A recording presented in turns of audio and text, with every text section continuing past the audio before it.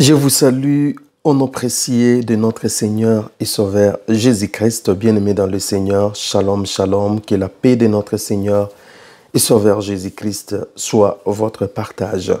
Bien-aimé dans le Seigneur, nous sommes là encore chez vous pour partager avec vous l'évangile véritable, la parole vivante de notre Seigneur et Sauveur Jésus-Christ, qui est le rocher, le fondement, la base. Nous sommes là pour vous annoncer, pour vous parler de Jésus-Christ. Merci de nous accueillir chez vous. Nous vous saluons, nous vous bénissons au nom de notre Seigneur et Sauveur Jésus-Christ. Bien-aimés, nous sommes là pour continuer la 5e partie de notre étude que nous avons commencé depuis un certain temps sur le psaume au chapitre 23. Bien-aimés, l'Éternel est mon berger. Et nous avons dit, si l'Éternel est notre berger, c'est que nous sommes tout simplement les brebis du Seigneur. Je me réjouis de ce que je suis, la brebis du Seigneur. Bien-aimés dans le Seigneur, nous avons développé beaucoup de choses sur ces passages. J'aimerais nous lire ces passages du verset 1 jusqu'au verset 6. Nous sommes dans le psaume au chapitre 23, le psaume de David. Voici ce qui est écrit. L'Éternel est mon berger, je ne manquerai de rien. Il me fait reposer dans le vert pâturage, il me dirige près des eaux paisibles, il restaure mon âme. Il me conduit dans le sentier de la justice à cause de son nom. Quand je marche dans la vallée de l'ombre de la mort, je ne crains aucun mal, car tu es avec moi. Ta houlette et ton bâton me rassurent. Tu dresses devant moi une table en face de mes adversaires. Tu induis ma tête et ma coupe déborde. Oui, le bonheur et la grâce m'accompagneront tous les jours de ma vie et j'habiterai dans la maison de l'Éternel jusqu'à la fin de mes jours. C'est ça le véritable, ces merveilleuses paroles de notre bien-aimé David qui nous inspirent. Et tout au long de cette étude, bien-aimé dans le Seigneur, nous avons tout simplement compris que, en fait, le psaume 23 n'est qu'un carnaval de la marche chrétienne. Nous avons développé déjà 4 enseignements, ça c'est le 5e. Nous vous prions, si vous voulez vous rattraper, allez sur notre compte YouTube, Voici l'époux. Vous pouvez voir l'Éternel est mon berger, partie 1, 2, 3, 4 et aujourd'hui c'est notre 5e partie. Et spécialement, aujourd'hui, nous allons nous atteler sur le verset 5 qui dit « Tu dresses devant moi une table en face de mes adversaires. Tu induis ma tête et ma coupe déborde. » Nous allons vraiment, bien aimés dans le Seigneur, nous arrêter sur ces merveilleux versets. Alors, pour que nous comprenions un tout petit peu là où nous allons parler, je vais vous faire en fait le résumé en fait, de ce que nous avons. Dans le verset 1, le Seigneur bâtit la relation. Il nous montre que la relation qu'il veut avec nous, c'est une relation du berger et de la brebis. C'est une relation très forte, une relation très intime. Parce qu'un bon berger, il passe tout son temps à prendre soin de ses brebis. Et une brebis vraiment disciplinée, une vraie brebis, eh bien, reconnaît toujours son berger. Il perd de vie, en fait, il oublie difficilement son berger. Il peut y avoir plusieurs maîtres, plusieurs bergers, mais lui, la brebis véritable, ne peut suivre que son berger. Même si les autres bergers pouvaient lever les camps, demander ceci, cela, cette brebis ne pourra exécuter des ordres que lorsqu'elle entendra en fait la voix de son berger. C'est cette relation d'intimité que le Seigneur veut à ce que nous puissions avoir. Deuxièmement, le verset 2 nous parle que le Seigneur, lorsqu'il bâtit cette relation d'intimité avec nous, il nous donne sa parole, il nous nourrit par sa parole, il nous équipe avec sa parole, qui est en fait le vert pâturage. Et entre-temps, on nous dit aussi, il nous conduit vers les eaux paisibles qui sont l'image du Saint-Esprit. La Bible dit, le dernier jour de la fête de Jésus se tient debout. Il dit, si quelqu'un a soif, qu'il vienne y parler du Saint-Esprit qui coulera en fait, dans nos vies. Bien-aimés dans le Seigneur, vous comprenez que c'est très important qu'on ait la parole et le Saint-Esprit. Et lorsque nous avons la parole et le Saint-Esprit, la Bible nous dit par rapport à « il restaure mon âme », restaurer, réparer. Là, nous sommes dans la régénération et nous parlons de la nouvelle naissance. Vous voyez, c'est lorsque nous acceptons Jésus, nous commençons une relation avec lui, sa parole et le Saint-Esprit travaillent dans notre cœur, il se passe un travail de régénération. Et voilà, nous sommes devenus de nouvelles personnes. Et là, nous pouvons marcher maintenant dans ce 3e verset qui est tout simplement dans le sentier de la justice. Voilà, sentier de la justice sont le voie du Seigneur. C'est la marche que le Seigneur nous demande, la véritable marche chrétienne, bien-aimée dans le Seigneur. Donc, vous voyez que ce psaume de David, en fait, est en train de décrire les étapes. Et lorsque nous sommes dans le sentier de la justice, Dieu nous donne son nom, le nom le plus puissant, le nom le plus fort à cause de son nom. Si nous sommes aujourd'hui ce que nous sommes, c'est au nom de Jésus. Si je prêche la parole de Dieu telle que je prêche maintenant, c'est à cause du nom de Jésus. Sans le nom de Jésus, nous ne pouvons rien faire. Nous guérissons les malades, nous chassons les démons, nous faisons tout à cause du nom de Jésus. Si le diable a peur de nous, c'est parce qu'il y a le nom de Jésus qui est avec nous, bien-aimés dans le Seigneur. Donc, il nous fait porter son nom. Donc, ça, c'est la chose la plus merveilleuse. Écoutez-moi, bien-aimés dans le Seigneur. Dès cet instant-là, la préparation finie, c'est-à-dire l'étape du bébé spirituel, l'étape du lait finie. Dès cet instant-là, nous passons maintenant à une autre étape. Cette nouvelle étape, c'est tout simplement une étape où le Seigneur va tester, va nous éprouver, va nous laisser un peu dans les épreuves pour voir si réellement le travail de la parole qui a été fait en nous, le travail du Saint-Esprit qui a été fait en nous, c'est vraiment un travail costaud, solide, qui en fait nous maintient malgré les épreuves. En ce moment-là, c'est le verset 4 qui intervient, qui dit tout simplement « Quand je traverse dans la vallée de l'ombre de la mort, je ne crains aucun mal car tu es avec moi, ta houlette et ton bâton. » Et nous avons parlé du vallée de l'ombre de la mort comme un temps d'épreuve, un temps de souffrance, un temps où l'or doit passer par le feu pour se débarrasser des scories, des saletés, des souillures, de tout ce qui peut lui empêcher de briller. C'est un temps où le Seigneur teste notre foi si réellement nous avons assimilé les choses telles que lui élevé. Et là, nous passons dans la vallée de l'ombre de la mort. Effectivement, Dieu est toujours avec nous. Dieu ne nous abandonne pas dans la vallée de l'ombre de la mort. Quand bien même c'est un temps difficile, mais Dieu est toujours avec nous. En tout cas, bien-aimés dans le Seigneur, soyez grandement bénis. Et là, dans la vallée de l'ombre de la mort, c'est un temps de souffrance, de difficulté, un temps de preuve. Et après la vallée de l'ombre de la mort, parce que j'ai expliqué la fois passée, je dis, souvent le berger fait passer les brebis dans la vallée de l'ombre de la mort, qui sont des tunnels, qui sont des passages, qui permettent à ce qu'on quitte un point A pour aller dans un point B, parce que dans le point B, il y a certainement de bonnes choses que le berger a réalisées ou il voit pour ses brebis. Donc, bien aimé dans le Seigneur, lorsque le Seigneur aussi nous fait passer par la vallée de l'ombre de la mort, c'est que de l'autre côté, il voit des choses merveilleuses pour nous. Donc, nous sommes obligés d'accepter la vallée de l'ombre de la mort parce que toujours à la fin de la vallée de l'ombre de la mort, il y a des bonnes choses que le Seigneur nous réserve. Et déjà, nous avons l'illustration avec le verset 5 que nous allons étudier aujourd'hui.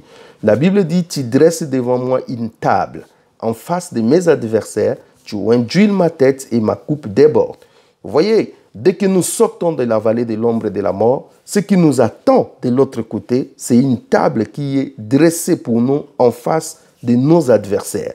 Et en ce moment-là, le Seigneur décide de nous donner son huile, de nous oindre l'huile sur la tête, afin que notre coupe puisse déborder. Alors, étudions maintenant la parole de Dieu avec vous. Que veut dire dresser une table? Lorsque David est en train de dire, dans ce verset 5 de Psaume 23, « Tu dresses devant moi une table », que veut dire dresser une table? Alors, cette expression veut tout simplement dire Dieu fait venir un événement important dans ta vie après un temps des épreuves. C'est un événement important. Ne croyez pas que c'est une table voilà, qu'on dresse, c'est une expression. Nous devons comprendre ça avec les langages bibliques, les langages spirituels, que c'est un temps où Dieu veut faire venir, où Dieu fait venir un événement important dans ta vie après un temps des épreuves. Donc Dieu dresse maintenant une table devant toi. Cela veut dire aussi Dieu étale ses multiples bénédictions devant toi, dans ta vie. Dieu commence à déverser. Dieu ouvre les écluses des cieux pour toi. Dieu te bénit, Dieu te remplit de ses bénédictions. Ça aussi, c'est dresser une table. Cela veut dire aussi Dieu te reçoit comme son invité de marque. Voilà. Tu es reçu de Dieu comme son invité de marque. Dieu commence à te regarder, à te considérer comme son invité de marque. Pourquoi? Parce que tu viens de traverser un temps d'épreuve et que tu n'as pas renié son nom. Tu viens de traverser des moments difficiles. Le Seigneur te fait confiance. Le Seigneur voit que le travail de la parole qui a été réalisé en vous et aussi le travail du Saint-Esprit a payé. Vous êtes vraiment une personne mature, une personne qui ne cède plus aux choses de ce monde, aux choses de la terre. Eh bien, le Seigneur est dans la joie. Bien-aimé dans le Seigneur, que veut dire dresser une table? Cela veut dire aussi, Dieu veut récompenser ta fidélité, ton attachement et ton amour envers lui. Voilà, dans la vallée de l'ombre et de la mort, tu as subi des pressions, tu as subi des choses, mais tu es resté fidèle, tu es resté attaché, tu es resté plein d'amour, tu n'as pas broché, tu n'as pas renié ton Dieu. Tu as accepté la souffrance, mais tu as accepté d'avancer avec ton Dieu. Eh bien, qu'est-ce que Dieu fait? Dieu veut récompenser parce que Dieu ne laisse jamais notre travail en vain. Tout ce que nous faisons pour lui, ça lui plaît. Et lorsque Dieu est dans la joie, il déverse pour nous des récompenses, des bénédictions. Et dans cette expression, dresser une table, c'est tout simplement des récompenses que Dieu veut vous faire après un temps où vous étiez dans l'épreuve. Alors, je disais aussi que non, Dieu vous invite, tu dresses devant moi une table en face de mes adversaires. Dieu t'invite à sa table. Que veut dire être invité à la table du Seigneur? Cette expression, être invité à la table du Seigneur, veut dire tout simplement, Dieu veut, c'est-à-dire vouloir connaître la personne. On ne peut pas inviter une personne à sa table si on ne veut pas connaître la personne. C'est-à-dire Dieu veut, voilà, plus te connaître et que toi aussi tu arrives plus à connaître encore Dieu. La table est un moment de dialogue. La table est un moment où les gens mangent, ils parlent, ils discutent, ils se connaissent encore plus. Donc si tu veux, si Dieu t'invite à sa table, c'est qu'il a besoin de construire encore une relation plus intime, plus profonde avec vous. Voilà. Que veut dire être invité à la table du Seigneur? Cela veut dire aussi être honoré ou élevé par quelqu'un. Lorsqu'on vous invite dans une table, cela veut dire on veut vous élever, on veut vous honorer. Regardez toutes ces personnes qui ont fait quelque chose d'important dans la vie. Ils sont invités ça et là. Le président de la République peut lui inviter à dîner, à déjeuner. Voilà. Si quelqu'un fait quelque chose de bien, il est souvent invité. Voilà, il est invité à la Maison-Blanche, il est invité à l'Élysée, à la Matignon, il est invité voilà, chez le président de la République, le Premier ministre. Le grand de ce monde l'invite à la table. Donc, c'est une façon d'élever, c'est une façon d'honorer, c'est une façon de reconnaître à sa juste valeur une personne qui mérite quelque chose. Donc, quand Dieu t'invite à sa table, il t'honore. Il t'élève, il te reconnaît à ta juste valeur. Et ça, c'est très important parce que s'inviter à la table, être invité à la table, c'est un signe de considération. Si on n'a pas de la considération pour toi, on ne va pas t'inviter à sa table. Voilà, un riche, un président ne va pas inviter n'importe qui, n'importe comment à sa table. Jamais, jamais, mes amis. Si un président, un premier ministre, un grand de ce monde, un riche de ce monde t'invite à sa table, c'est qu'il a pour toi de la considération. Donc, vous êtes invité à la table du Seigneur parce que vous avez de la considération devant Dieu. Mais d'où vient cette considération? À cause de votre fidélité, à cause de votre attachement, à cause de votre amour à Dieu, malgré les épreuves. Parce que vous avez honoré Dieu pendant les épreuves et Dieu aussi vous honore. Eh bien, inviter à la table, c'est aussi se réjouir avec une personne de distinction. Lorsqu'une personne se distingue dans son domaine, dans son travail, lorsqu'une personne se distingue, bien aimé, on se réjouit avec lui, on l'invite à la table. Donc Dieu, en fait, se réjouit avec toi parce que tu as été brillant, parce que tu as été merveilleux, parce que tu as été fort, parce que tu as été courageux, parce que tu n'as pas renié son nom, parce que tu as bien tenu. C'est pour cela que Dieu aussi t'invite en fait à sa table. Voilà un peu, bien aimé dans le Seigneur, ce que cette expression dresser une table ou inviter quelqu'un à sa table veut dire. Mais David ne s'arrête pas là. Il dit, Dieu lui invite à sa table, tu dresses devant moi une table, il dit, en face de mes adversaires. Cette table est dressée en face de mes adversaires. Alors, commençons d'abord à comprendre, qui sont les adversaires? Les adversaires, c'est ceux qui te combattent. Bien-aimés dans le Seigneur, nous avons des personnes, nuit et jour, qui nous combattent.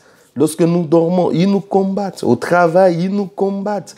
Ce sont des personnes que le diable se sert facilement pour nous détruire, pour nous combattre, pour nous faire pleurer. Ce sont des personnes qui sont, voilà, à la première ligne d'attaque pour nous descendre. Voilà, les instruments du diable, les outils du diable pour te détruire. Eh bien, ce sont ces personnes-là qui sont considérées comme tes adversaires, qui sont considérés comme les ennemis. Tous ceux qui te combattent, bien-aimés dans le Seigneur, volontairement ou involontairement, consciemment ou inconsciemment, sont des agents du diable. Les diables se servent d'eux. Bien-aimés dans le Seigneur, eh bien, ces personnes-là, toutes ces personnes-là sont considérées comme les adversaires. Ah ben, qui sont tes adversaires? C'est ceux qui sont contre vous. C'est ceux qui sont contre vous. Ceux qui disent que non, vous n'allez pas réussir. Ceux qui disent que non, ben voilà, il va échouer. Ceux qui disent que non, voilà, c'est un bon à rien. Ceux qui disent que voilà, Dieu l'a abandonné. Ceux qui disent que voilà, c'est fini pour lui. Ce sont des gens qui sont contre vous au travail. Ce sont des gens qui sont contre vous à l'école. Ce sont des gens qui sont contre vous dans la famille. Ce sont des gens qui sont contre vous dans le ministère. Ce sont les gens qui sont contre vous en tout et pour tout. Ils sont contre vous, bien-aimés dans le Seigneur. Ce sont ces gens-là qui sont considérés comme étant tes adversaires. Qui sont tes adversaires? C'est ceux qui se dressent contre vous. Toute personne qui se dresse contre vous dans la famille. Toute personne qui se dresse, qui se lève contre vous. Toute personne qui se dresse pour vous barrer la route, afin que vous ne voyez pas la gloire de Dieu. Toute personne qui vous bloque, qui veut vous détruire, qui est en train de travailler dans l'ombre pour se mettre devant vous, afin que vous ne réussissez pas, afin que vous échouez. Toutes ces personnes qui se dressent, qui sont contre nous. Nos ennemis qui se lèvent contre nous. Bien-aimés dans le Seigneur, ils sont considérés comme étant nos adversaires. Bien-aimés dans le Seigneur, il est des fois important que vous puissiez comprendre et connaître vos adversaires. Parce que des fois, nous nous confions à des personnes, nous croyons que ce sont les nôtres, mais en réalité, ce sont des adversaires. Combien de personnes ont dit des vérités à leurs adversaires sans connaître? Combien de personnes, je ne vais pas vous pousser dans cette doctrine mauvaise qui consiste à dire je vais connaître les états d'âme des personnes. Non, ça c'est pas important. Ce n'est pas à nous de connaître les états d'âme des personnes. Vous allez perdre du temps. Vous allez commencer à chercher l'état d'âme de celui-là, l'état d'âme. Non, non, non, non, non. Nous faisons confiance à Dieu. Et s'il y a quelqu'un qui est mal tout autour de nous, le Seigneur finira toujours par les démasquer. La Bible dit le méchant prend la fuite sans qu'on les poursuive. Vous voyez, bien-aimés dans le Seigneur. Il peut s'y arriver aussi que des gens qui sont tout autour de nous, qui se cachent tellement bien. Ça prend du temps. On peut même se tromper. On peut leur faire confiance. Mais bien-aimés dans le Seigneur, ils finissent toujours par se révéler, par se montrer ce qu'ils sont réellement au fond. C'est pour cela, bien-aimés, nous devons faire très attention. Surtout avec des personnes que nous partageons, nous disons nos secrets, des personnes que nous disons nos projets, nos visions. Parce que très souvent, les gens que nous partageons les visions, les révélations, le projet, s'ils ne sont pas de Dieu, c'est eux qui commencent par nous combattre par après. Vous avez l'exemple avec Joseph qui a partagé sa vision avec sa famille. Et ce sont ces mêmes membres de famille, ses propres frères, qui l'ont livré, qui l'ont combattu. Nous devons faire très attention. Donc nos adversaires, il ne faut pas baisser les gardes, il faut être très très prudent envers nos adversaires parce qu'ils sont capables de frapper et de faire beaucoup de mal. Que veut dire en face de mes adversaires? C'est ça le problème. Dieu dresse la table, mais cette table est en face des adversaires. Cette expression en face des adversaires veut tout simplement dire que les adversaires ne sont pas à la table, mais ils contemplent le merveille de Dieu dans la vie de celui qui est invité. Dieu n'a pas invité les ennemis à sa table. Les ennemis, le méchant, ne sont pas conviés dans la table du Seigneur. Jamais. Ils sont conviés dans la table du Seigneur que ceux qui aiment. L'amitié de Dieu est pour ceux qui l'aiment. Dieu réserve son amitié, sa considération pour ceux qui l'aiment. Si vous honorez Dieu, Dieu vous honorera. Si vous servez Dieu, Dieu vous bénira. Si vous tenez pour Dieu, Dieu vous récompensera. Et si vous êtes invité à la table du Seigneur, parce que Dieu a de la considération pour vous, le méchant non. Alors qu'est-ce qui se passe ici? En face de mes adversaires, je vais tout simplement dire que les adversaires ne sont pas dans la table, mais ils contemplent le merveille de Dieu dans la vie de celui qui est invité. C'est comme si les adversaires sont de l'autre côté et vous êtes comme dans une sorte de terrasse ou bien dans un endroit vitré où les adversaires, les ennemis, ils contemplent, ils disent « Waouh! Ah! Il est honoré, il est invité. » C'est exactement ce qui se passe. Que veut dire en face de mes adversaires? Dieu leur fait constater leur échec contre vous. Dieu leur fait constater leur échec. Ils sont conscients. Ils ne vont pas se cacher. Ils ne vont pas aller dire non, non, non, non, non. Dieu, c'est pour cela, bien-aimé dans le Seigneur, ceux qui te combattent, l'affaire ne va pas finir comme ça. Ils seront confondus, ils se rendront compte, ils vont réaliser qu'ils ont perdu. Un combat est déclaré perdu lorsque l'un c'est-à-dire l'un se retrouve dans une position où il a perdu, soit par la loi ou par l'incapacité. Vous voyez, par exemple, le boxeur, lorsqu'ils sont dans le ring, ils se battent. Comment on déclare que celui-ci a perdu? C'est lorsqu'il n'arrive plus, il est incapable. Ou la loi les disqualifie. Vous voyez, c'est-à-dire, ces gens-là doivent être conscients qu'ils ont perdu. Et ça ne sera pas un échec en catimini. Ça sera un échec, voilà, que tout le monde constatera qu'ils ont perdu dans cette affaire contre toi. J'ai dit, ces gens vont constater qu'ils ont perdu dans cette affaire, dans cette lutte, dans ces problèmes.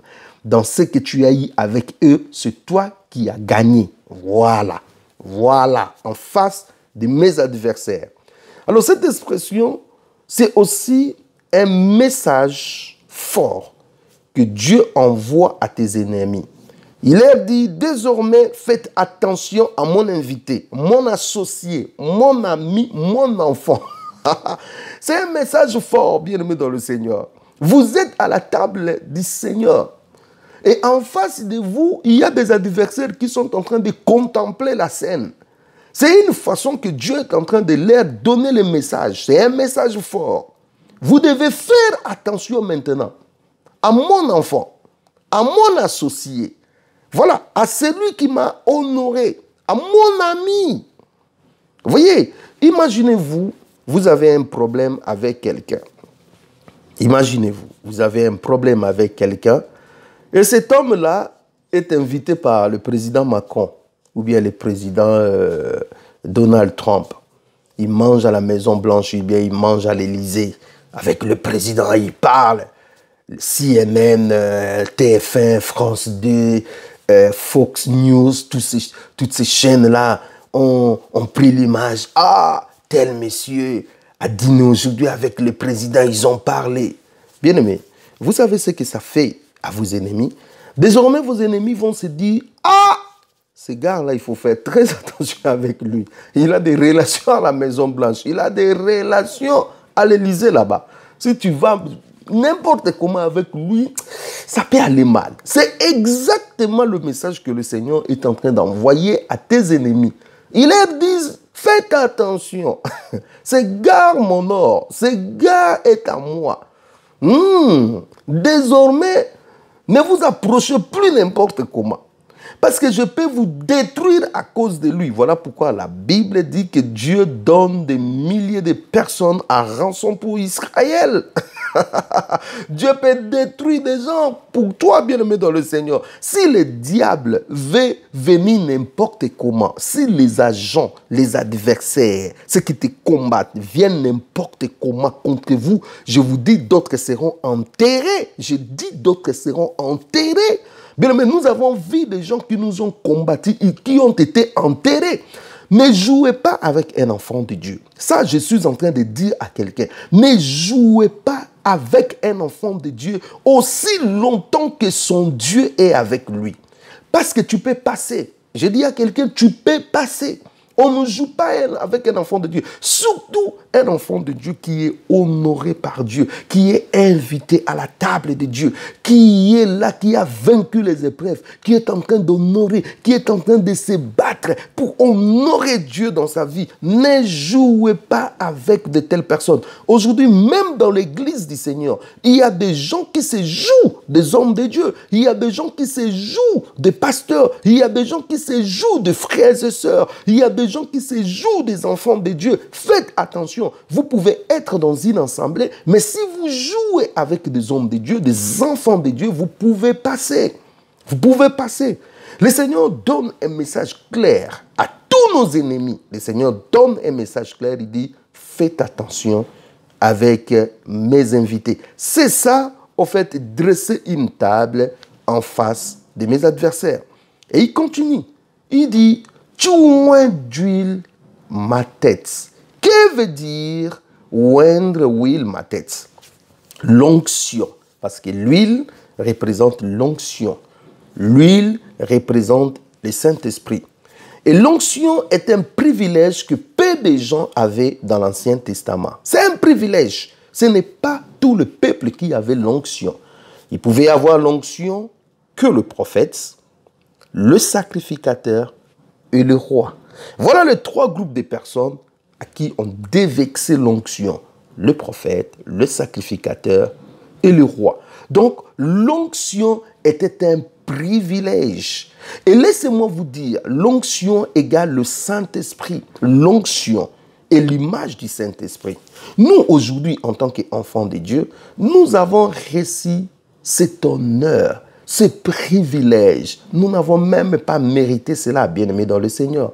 Dieu nous donne son onction. J'ai dit, Dieu nous donne son onction. La Bible dit, et vous recevrez une puissance. Le Saint-Esprit souverain sur vous. Vous serez mes témoins. La Bible dit, dans le dernier jour, je répandrai de mon esprit sur toute chair. Vos fils et vos filles prophétiseront. La Bible dit, le Seigneur nous a donné son esprit comme un gage. Nous avons avec nous aujourd'hui le Saint-Esprit, c'est un privilège. Et laissez-moi vous dire, le Saint-Esprit est le privilège suprême qu'un homme peut avoir dans ce monde. Le Saint-Esprit, c'est le privilège suprême, c'est le merveilleux don qu'un homme peut avoir dans ce monde. Et déjà en ce temps-là, David avait reçu l'onction. Il disait, oh Seigneur, merci pour l'onction. Merci. Merci pour l'onction. Bien-aimés dans le Seigneur, nous devons bénir le Seigneur pour l'onction, pour l'huile, pour le Saint-Esprit qu'il nous donne. Le Saint-Esprit nous guide. Le Saint-Esprit nous donne la capacité nécessaire pour vivre une vie extraordinaire. J'ai dit, celui qui a le Saint-Esprit peut vivre une vie extraordinaire. Si vous avez le Saint-Esprit avec vous, il y a une possibilité pour vous de vivre une vie extraordinaire. Beaucoup de gens ne vivent pas une vie extraordinaire parce qu'ils n'ont pas le Saint-Esprit de Dieu. Beaucoup de gens sont limités parce qu'ils n'ont pas le Saint-Esprit. L'onction est la capacité que Dieu nous donne pour exercer quelque chose. Voilà pourquoi celui qui a le Saint-Esprit de Dieu ne peut pas être limité, parce que le Saint-Esprit va toujours lui inspirer un moyen nécessaire pour avancer. Nous avons besoin, frères et sœurs, du Saint-Esprit. C'est important que nous puissions avoir besoin du Saint-Esprit. Et ne dis jamais que j'en ai assez du Saint-Esprit. Non, il faut que l'eau puisse quitter le pied, puisse atteindre le genou, puisse aller jusqu'à la hanche, puisse monter jusqu'aux épaules, jusqu'à ce que nous soyons submergés par les eaux. Bien-aimés, nous avons besoin d'être remplis, revêtus de la puissance de Dieu, que l'onction de Dieu puisse vraiment... La Bible dit, le Saint-Esprit te saisira et tu seras transformé à un autre homme. Ça, c'est le prophète Samuel qui est en train de dire à Saoul, tu arriveras dans ces points-là, et lorsque tu seras arrivé dans ces points-là, tu trouveras les fils des prophètes qui sont en train de prophétiser, et toi, tu seras aussi rempli du Saint-Esprit. Le Saint-Esprit te saisira et tu seras transformé à un autre homme. Vous voyez, une personne qui a le Saint-Esprit est transformée à un autre homme. Il peut vivre une vie extraordinaire. Le Saint-Esprit. Voilà pourquoi nous devons désirer le Saint-Esprit. Ça m'étonne aujourd'hui de voir des frères et sœurs qui n'ont pas soif du Saint-Esprit. Des frères et sœurs qui n'ont pas soif du Saint-Esprit. Bien-aimés dans le Seigneur, ça m'étonne. Dieu nous a donné des dons spirituels, les dons de guérison, de parler en langue, les dons d'interprétation de langue, les dons de prophétie, les dons de paroles de sagesse, les dons de paroles de connaissance, les dons de révélation, les dons de miracles, les dons ceci, cela, bien aimé, le don de foi. Pourquoi nous n'utilisons pas ces dons? Pourquoi nous n'aspirons pas à ces dons? Bien-aimés dans le Seigneur, la Bible dit, aspirez aux dons spirituels. Mais regardez aujourd'hui des chrétiens qui n'ont même pas besoin de ça. Ils vont te dire, ben, je veux faire quoi avec ça? Ils n'ont pas cette intimité profonde avec Dieu. Nous avons besoin, bien-aimés dans le Seigneur, du Saint-Esprit. La présence du Saint-Esprit en nous nous amène à une autre dimension, nous transforme à une autre personne, nous amène dans une vie extraordinaire. Que Dieu soit béni. Écoute ce que la parole de Dieu nous dit, parce que le Saint-Esprit, dans Psaume au chapitre 45, le verset 7, le Psaume 45, 7, écoute ce que la parole de Dieu nous dit. Tu aimes la justice et tu hais la méchanceté. C'est pourquoi, ô Dieu, ton Dieu t'a oint d'une huile de joie par privilège sur tes collègues. Ton Dieu t'a oint d'une huile de joie. Donc, l'onction que Dieu nous donne produit en nous la joie. Si vous voulez vivre une vie joyeuse, il faut la présence de l'Esprit de Dieu.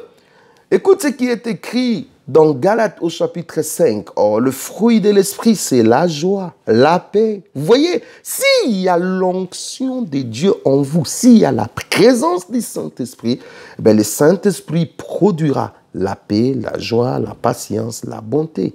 Et le plus important, c'est la joie. Bien-aimés dans le Seigneur, la joie. La joie que Dieu nous donne ne dépend pas de vin. La joie que Dieu nous donne, ce n'est pas la drogue. Il y a des gens qui peuvent rire que s'il a pris, voilà, s'il a pris quand même quelque chose, là vous sentez, il commence à être un peu joyeux. Mais non, vous voyez, il y a des gens qui sont tellement dans des problèmes que le mot joie n'existe plus pour eux. Ils ne rient plus. Ils ne savent pas sourire, c'est fini. Laissez-moi vous dire, si vous êtes rempli du Saint-Esprit, le Seigneur va vous donner encore la joie. La joie est réservée pour le véritable enfant de Dieu. L'huile est aussi l'expression d'une vie joyeuse, bien-aimée dans le Seigneur. Et la Bible dit que ma coupe déborde. Oh là là, alléluia, ma coupe déborde. dans la coupe, il y a le sang. Et le sang, c'est la vie. Le sang, c'est le pardon. Le sang, c'est l'alliance. Écoute ce qui est. Dans la Bible, il y a plusieurs angles où on peut prendre la coupe. La coupe peut être aussi la souffrance. Jésus-Christ en Gethsemane est en train de dire, Seigneur, s'il est possible, enlève de moi cette coupe. Un jour, les disciples voulaient, voilà, qui est le plus grand. Non, il y a des disciples qui voulaient être à la gauche, à la droite du Seigneur. Le Seigneur dit, eh ben, est-ce que vous prendrez de la coupe que moi je prendrai? Donc, quelque chose comme ça. La coupe, c'est la souffrance. Ça, c'est dans un autre angle. Mais dans l'angle où on est en train de parler, écoute ce qui est écrit dans Matthieu 26, 27 et 28. La Bible dit, il prit ensuite une coupe. Et après avoir rendu grâce, il leur donna en disant, buvez-en tous, car ceci est mon sang. La coupe avait le sang. Vous voyez, il dit, buvez ceci est mon sang. Le sang de l'alliance. La coupe, c'est le sang. La coupe, c'est l'alliance qui est répandue pour plusieurs pour la rémission du péché. Donc, dans la coupe, nous voyons la présence du sang.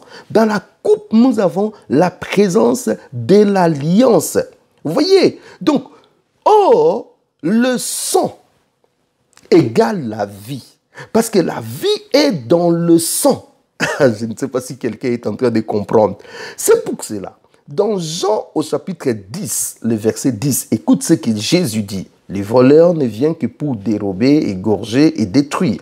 Mais je suis venu afin que le brebis ait la vie. Vous voyez, par le sang de Jésus-Christ, nous avons une nouvelle alliance et nous avons la vie. Et il continue, il dit, et qu'elles soient dans l'abondance, qu'elles aient la vie et la vie en abondance. Vous voyez, le sang, il y a la vie. Jésus nous donne la vie. Il dit, si nous croyons à lui, nous avons avec nous la vie éternelle. Vous voyez, et la vie que Dieu nous donne, c'est une vie abondante. Une vie abondante. Je dis à quelqu'un, une vie abondante. Écoute ce que David est en train de dire dans le psaume 116, le verset 12. Psaume 116, le verset 12, David est en train de dire, comment rendrai-je à l'Éternel tous ses bienfaits envers moi? Oh là là!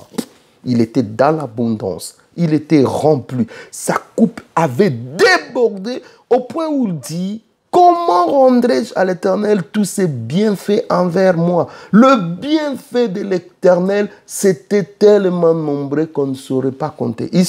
C'était impossible de compter. Bien aimé, c'est ça une vie d'abondance. Une vie d'abondance, c'est une vie joyeuse. C'est une vie où ça coule, ça déborde. Le bienfait de l'Éternel sont tellement nombreux qu'on ne peut compter. Vous voyez? Donc, bien aimé dans le Seigneur, ce verset est enfin, le verset 5, c'est un verset qui nous parle de la bénédiction, de l'abondance que nous avons, de l'élévation que le Seigneur opère dans notre vie en face de nos adversaires, de tous ceux qui nous combattent. Vous voyez, bien aimé dans le Seigneur, c'est pour cela que je dis à quelqu'un, votre bénédiction sera grandiose et laissera des traces dans ce monde. J'ai dit à quelqu'un, votre bénédiction sera tellement grandiose et laissera des traces sur ce monde. Votre bénédiction va laisser des traces dans votre famille. Votre bénédiction va laisser des traces dans votre quartier. Votre bénédiction va laisser des traces partout dans on va parler de vous. Votre bénédiction va vous dépasser. C'est pour cela la parole de Dieu dit, quand l'Éternel nous visita, nous étions comme ceux qui faisaient un rêve, c'est-à-dire dépassés. Dépassés. Je dis à quelqu'un, vous serez dépassés. Vous serez dépassés. Vous savez, quand l'aveugle a été guéri, il était dépassé. Les gens tout autour de lui étaient dépassés. Au point où les gens disaient, lui, c'est pas lui. Les autres disent, bien aimé, vous serez dépassés. La bénédiction de Dieu ne viendra pas dans votre vie en catimini. Je dis non. La bénédiction, ça ne sera pas en catimini. Ça sera grandiose. De la même façon, vous avez souffert devant tout le monde. De la même façon, votre élévation doit être devant tout le monde. De la même façon, vous avez souffert. Les gens se moquaient de vous. Il faut que l'élévation, la bénédiction vous atteigne et que les gens ferment leur bouche et disent « Oh, son Dieu est véritable. Son Dieu est le meilleur. » Alléluia. Votre bénédiction ne passera pas inaperçue. Tout le monde le verra, même les aveugles le verront. Oh, vous allez me dire, mais ouais, c'est quoi cette affaire, frère? Oui, les aveugles verront ta bénédiction. Ta bénédiction ne sera pas silencieuse. Ça va tellement parler. Je dis, ta bénédiction va parler. Et enfin, je dis, tes ennemis contempleront ta bénédiction. Le pleur que tu as aujourd'hui, ce que tu vis aujourd'hui, ça va passer. Et je vais te dire une chose, bien-aimé dans le Seigneur. Ta bénédiction arrive. Sois forte. Tiens. Il ne reste petit comme ça. Sois forte. Sois forte, bien-aimé dans le Seigneur. Avance encore. Bientôt, ton dossier là va produire. Tes démarches là vont apporter des fruits. Bientôt, ton travail là va porter ses fruits. Bientôt, ce mariage que les gens se sont moqués de toi, tu auras ça. Ses frères, cette sœur est en route, elle arrive. Bien-aimé dans le Seigneur, l'enfant que tu as pleuré depuis des années, tu vas porter cet enfant au nom puissant de Jésus-Christ. Bien-aimé, tu verras la bénédiction. Ceux qui se moquent de toi aujourd'hui, ils fermeront leur bouche parce que Dieu est avec toi. Soyez grandement bénis au nom puissant de notre Seigneur et Sauveur Jésus-Christ. Amen.